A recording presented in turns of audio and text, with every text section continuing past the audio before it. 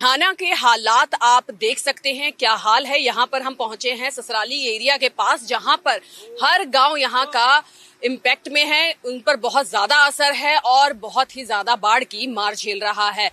यहाँ पर दूसी बांध जो है वो टूट चुका है, जिसकी वजह से आसपास के सभी इलाके बहुत ही बुरी हालातों में है। पानी घरों में घुस रहा है, सड़कें बुरी तरह क्षतिग्रस्त हो चुकी है। यहाँ पर हम मौजूद हैं ग्राम पंचायत के मेंबर के साथ, जो हमें बताएंगे, और सरपंच के साथ, जो हमें यहाँ पूरी जानकारी से अवगत कराएंगे। जी सर, क्या हालात हैं आपके गाँव के, पहले तो ये बताइए। मेरी सब तो बड़ी गल ਇਹ ਆ ਵੀ ਇੱਥੇ ਜਿਹੜਾ ਇਲਾਕੇ ਦਾ ਦਹਿਸ਼ਤ ਲੋਕਾਂ 'ਚ ਬਹੁਤ ਵੱਡੀ ਬਣੀ ਹੋਈ ਆ। ਹੜ੍ਹਾਂ ਦੀ ਮਾਰ ਥਲੇ ਲੋਕ ਆਏ ਹੋਏ ਨੇ। ਬੰਨ ਜਿਹੜਾ ਪਹਿਲਾਂ ਟੁੱਟ ਚੁੱਕਾ ਸੀਗਾ ਤੇ ਪ੍ਰਸ਼ਾਸਨ ਦੇ ਸੰਯੋਗ ਨਾਲ, ਜਿਹੜੀ ਆਰਮੀ ਸੰਯੋਗ ਨਾਲ ਔਰ ਇਲਾਕੇ ਦੇ ਲੋਕਾਂ ਦੇ ਸੰਯੋਗ ਦੇ ਨਾਲ ਜਿਹੜਾ ਬੰਨ ਨੂੰ ਥੋੜਾ ਲਾਇਆ ਗਿਆ, ਰੋਕਿਆ ਗਿਆ ਅਗਲੇ ਬੰਨ ਤੋਂ। ਜੇ ਪਾਣੀ ਪਿੱਛੋਂ ਜ਼ਿਆਦਾ ਛੱਡਿਆ ਜਾਂਦਾ ਵਾ ਤੇ ਇਲਾਕੇ ਦਾ ਫਿਰ ਨੁਕਸਾਨ ਬਹੁਤ ਜ਼ਿਆਦਾ ਹੋ ਸਕਦਾ ਵਾ। ਜਿਸ ਪਾਣੀ ਦੀ ਰਫ਼ਤਾਰ ਨਾਲ ਚੱਲ ਰਿਹਾ ਵਾ, ਇਸ ਰਫ਼ਤਾਰ ਨਾਲ ਪਾਣੀ ਚੱਲਦਾ ਰਹੇ ਤੇ ਬਚਾਅ ਹੋ ਸਕਦਾ ਵਾ। ਇਸ ਤੋਂ ਜ਼ਿਆਦਾ ਭਾਖੜਾ ਰੋਡ ਡੈਮ ਤੋਂ ਪਾਣੀ ਵੱਧ ਛੱਡਿਆ ਜਾਵੇ ਤੇ ਫਿਰ ਇਲਾਕੇ ਨੂੰ ਨੁਕਸਾਨ ਹੋ ਸਕਦਾ ਵਾ। ਤੇ ਬਾਕੀ ਇਸ ਇਲਾਕੇ ਦਾ ਬਹੁਤ ਵੱਡਾ ਸੰਯੋਗ ਆ, ਪੂਰੇ ਲੁਧਿਆਣੇ ਦਾ ਸੰਯੋਗ ਆ, ਪੂਰੀ ਏਰੀਆ ਸੰਯੋਗ ਆ, ਪ੍ਰਸ਼ਾਸਨ ਦਾ ਸੰਯੋਗ ਆ, ਸਾਰਿਆਂ ਸੰਯੋਗ ਆ। ਸਰਪੰਚ ਮਾਡਲ ਕਲੋਨੀ ਤੋਂ, ਰਾਮ ਰੋਡ, ਸਰਪੰਚ ਬਾੜਾ ਤੋਂ, ਤੇ ਇਸ ਕਰਕੇ सारे ही ਜਿਹੜੇ इलाके के लोग सारे काम कर रहे, डट के दिन रात काम कर रहे, मिलजुल कर काम कर रहे। लोगों को रात को नींद नहीं आती, लोग रात को परेशान है, पता नहीं किस टाइम पानी बाहर आ जाए। और आगे बंद नहीं है, ओपन है, इसलिए पानी बाहर निकल जाए तो मुश्किल है। जो थोड़ा सा बंद 2-3 किलोमीटर बांधा हुआ, बाहर बंद बांधा, उसी के सहारे काम चल रहा है। तो आगे परमात्मा चाहे तो अच्छा रहे तो अच्छी बात है। गांव के और सरपंच भी यहाँ मौजूद हैं। हर एक गांव के सरपंच जो कह रहे हैं हम मिलकर काम कर रहे हैं, गांव वासियों को रात को नींद नहीं आ रही है। इस बारे में बताएंगे कि गांव में राहत कार्य आप किस तरह से चला रहे हैं, किस तरह से उनको हेल्प कर। ਅੱਜ ਭਾਰਤੀ ਵਾਲਮੀਕੀ ਧਰਮ ਸਮਾਜ ਦੇ ਭਾਵਾ ਦੱਸਦੇ ਸ਼੍ਰੀ ਵੀਰ ਸ਼੍ਰੇਸ਼ਟ ਵਿਜੇ ਦਾਨਵ ਜੀ ਇੱਥੇ ਪਤਾ ਕਰਨ ਆਏ ਸੀਗੇ ਤੇ ਲੋਕਾਂ ਨੇ ਉਹਨਾਂ ਨੂੰ ਬਹੁਤ ਸਹਿਯੋਗ ਵੀ ਕੀਤਾ ਤੇ ਦੱਸਿਆ ਵੀ, ਤੇ ਆਪਣੇ ਕਾਰਜਕਰਤਾ ਨੂੰ ਸਾਰਿਆਂ ਨੂੰ ਇੱਕ ਮੈਸੇਜ ਲਾ ਕੇ ਗਏ ਆ ਵੀ ਤੁਸੀਂ ਦਿਨ ਰਾਤ ਰਹਿ ਕੇ ਇੱਥੇ ਜਿਹੜਾ ਬੰਨ ਸੰਗਤ ਦੇ ਨਾਲ ਰਲ ਕੇ ਮਜ਼ਬੂਤ ਕਰਨਾ। सर, आप क्या कहेंगे, राहत कार्य किस तरह से चला रहे, लोगों की क्या सिचुएशन है? देखो, लोगों की जो सिचुएशन है, लोगों का जो एकजुट के मिलजुल काम करना।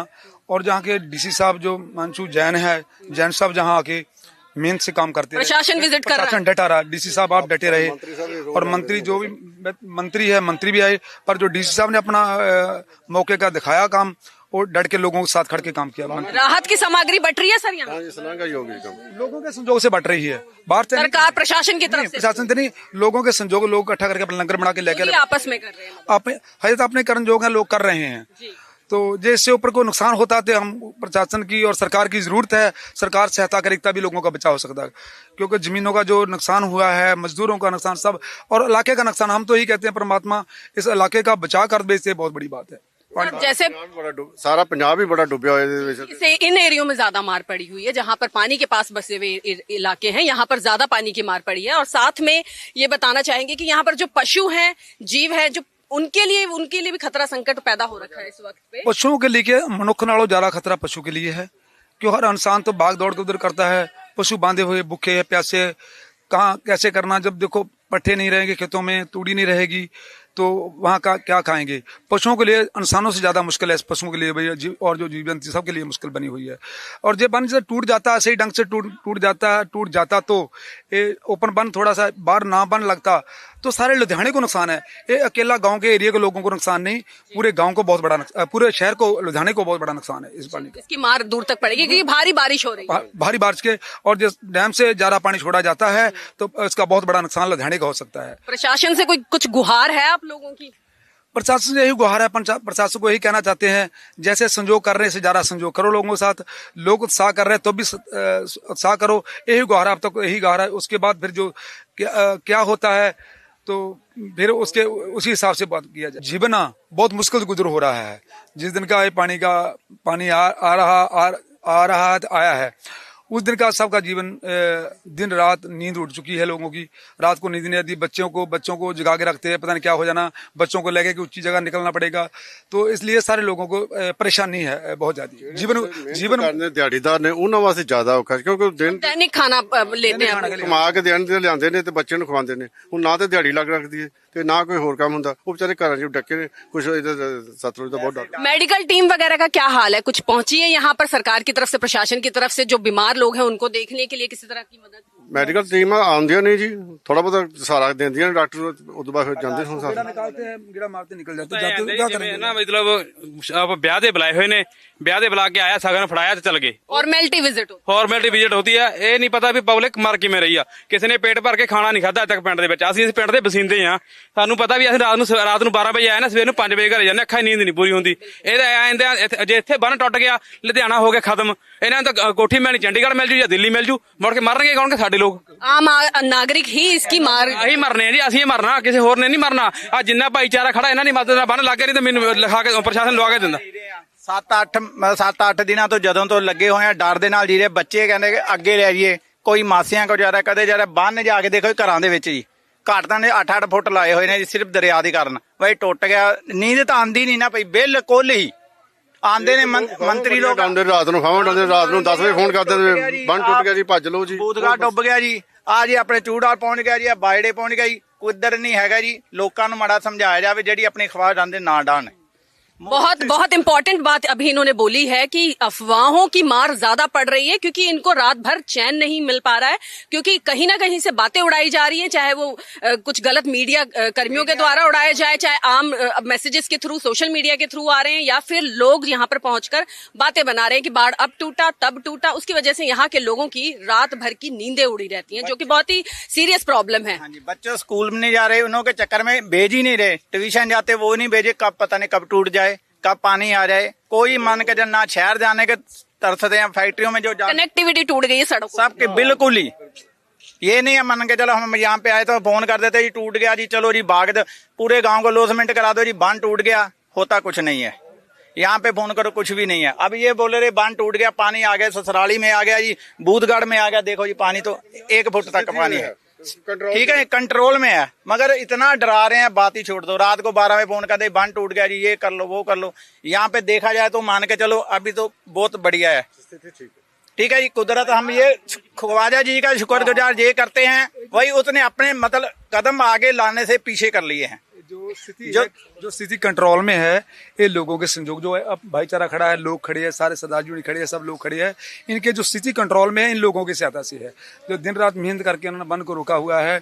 और ये बड़ी बड़ी मेहनत है सब लोगों की। जद ਸਰਕਾਰ ਨੂੰ ਪਤਾ ਹੁੰਦਾ, ਇਹ ਜਿਹੜਾ ਮੌਕਾ ਸਾਂਭਣਾ ਹੁੰਦਾ, ਜਿਹੜਾ ਮੰਤਰੀ ਹੁੰਦਾ, ਉਹਨੂੰ ਸਫਾਈ ਦਾ ਪੈਸਾ ਮਿਲਦਾ ਹੈ ਵੀ ਬੰਨ ਵਾਸਤੇ। ਕਾਹਦੇ ਵਾਸਤੇ ਮਿਲਦਾ? ਵੀ ਬੰਨ ਦੀ ਸਫਾਈ ਕਰੀਏ, ਦਰਿਆ ਦੀ ਅਸੀਂ ਸਫਾਈ ਦੇਖੀਏ। बिल्कुल ਹਾੜੀ ਦੇ ਮੌਕੇ ਫਸਲ ਜਦੋਂ ਕੱਟੀ ਜਾਂਦੀ ਹੈ, ਉਸ ਟਾਈਮ ਬੰਨ ਸਾਂਭਣ ਦਾ ਮੌਕਾ ਹੁੰਦਾ। ਇਹ ਤਾਂ ਬਰਸਾਤ ਦਾ ਮੌਕਾ ਹੁੰਦਾ, ਇਹ ਤਾਂ ਲੋਕ ਸਾਰੇ ਸਹਿਯੋਗ ਦੇ ਰਹੇ ਆ, ਸਰਕਾਰ ਥੋੜੀ ਦੇ ਰਹੀ ਆ।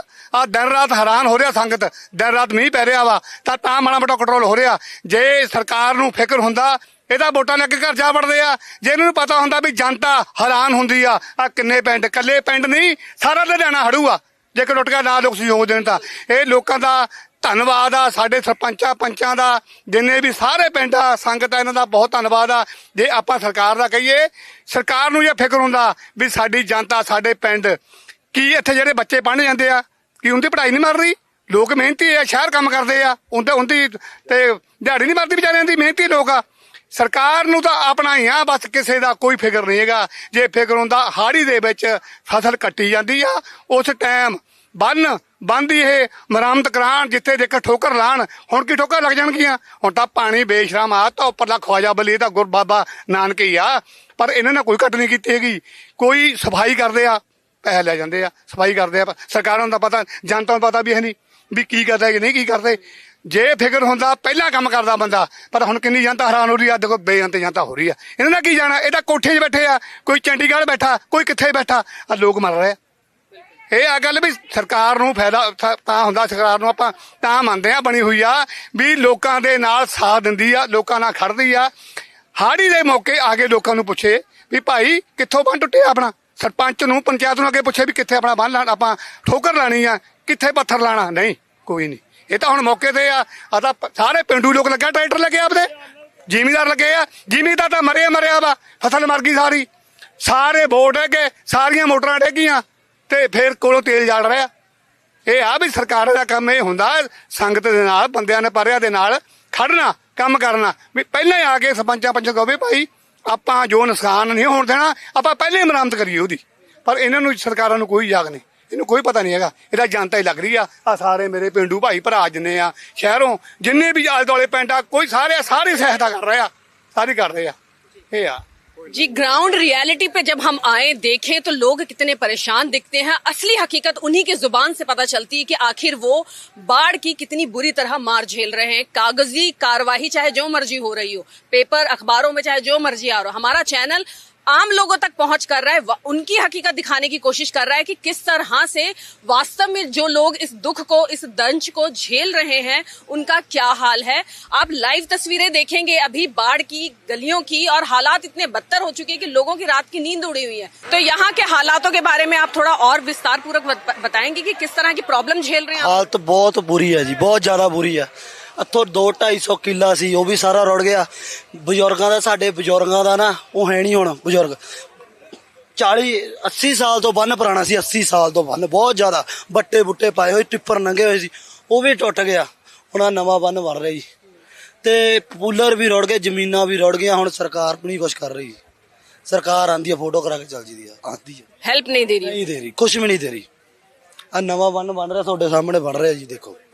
ਹਾਂਜੀ, कुछ वादे किए जाते हैं सरकार की तरफ? ਅੱਜ ਸਰਕਾਰ ਵਾਅਦੇ ਕੀਤੇ ਜਾਂਦੇ ਆ ਕਰਾਂਗੇ ਜੀ, ਉਹ ਦੇਵਾਂਗੇ, ਕੁਛ ਨਹੀਂ ਦੇ ਰਹੇ ਜੀ, ਕੁਛ ਵੀ ਨਹੀਂ ਦੇ ਰਹੇ। ਸਰਕਾਰ ਆਂਦੀ ਆ ਉੱਥੇ ਫੋਟੋ ਕਰਾ ਕੇ 10 ਬਸ ਚੱਲ ਜਾਂਦੀ, ਆਂਦੀ ਆ ਚੱਲ ਜਾਂਦੀ ਬਸ, ਹੋਰ ਕੁਛ ਨਹੀਂ। ਸਰਕਾਰ ਸਾਡਾ ਭਾਈਚਾਰਾ 10 ਪਿੰਡਾਂ ਦਾ ਸਾਰਾ ਭਾਈਚਾਰਾ ਲੱਗ ਰਿਹਾ ਵਾ। लंगर पानी सारा कुछ सेवा कर दिया।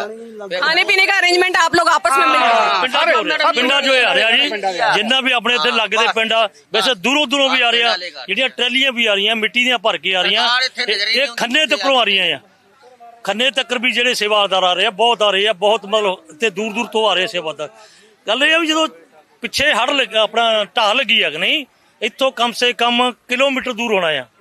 ਉਸ ਤੋਂ ਜਦ ਹੀ ਰੌਲਾ ਪਾਈ ਜਾਂਦੇ ਆ ਭਾਈ ਵੀ ਢਾਲ ਲੱਗ ਗਈ ਆ, ਕੋਈ ਸਰਕਾਰ ਪਹੁੰਚੇ ਇੱਥੇ, ਕੋਈ ਪ੍ਰਦਰਸ਼ਨ ਵਾਲੇ ਪਹੁੰਚਣ, ਕੋਈ ਨਾ ਕੋਈ ਸਾਡਾ ਕੋਈ ਸਹਾਈ ਬਣੋ। ਪਰ ਨਹੀਂ, ਹੌਲੀ ਹੌਲੀ ਹਟਦੇ ਦੇਖੋ ਕਿੱਡਾ ਬੰਨ ਆ, ਉਹ ਕਿੱਡਾ ਤੋੜਿਆ ਹੋਣਾ, ਕਿਲੋਮੀਟਰ ਦਾ ਤੋੜਦਾ ਆ, ਕੋਈ ਨਹੀਂ ਪਹੁੰਚਿਆ। 4-5000 ਬੁੱਲਰ ਡੈ ਗਿਆ ਜੀ। ਇੰਨਾ ਕੁਛ ਸਾਡੇ ਸਰੀਕੇ ਦੀ 50 ਕਿੱਲੇ ਸੀ, 50 ਕਿੱਲੇ ਸਾਰੇ ਰੁੜ ਗਏ ਜੀ।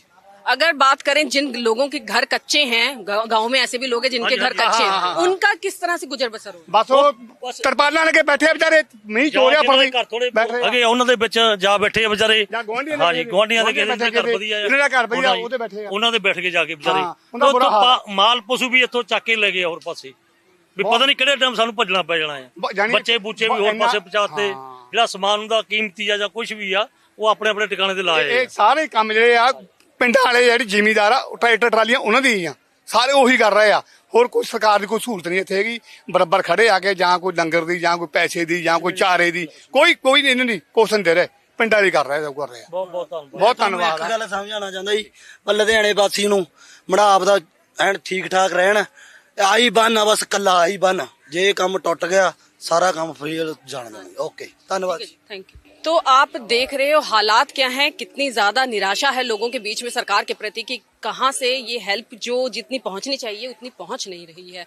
सरकार से day to day news Bharat निवेदन करता है कि किसी भी तरह इन तक पहुंचकर ज्यादा से ज्यादा इनकी मदद करने की कोशिश करें ताकि गांव वालों को आराम पहुंच सके।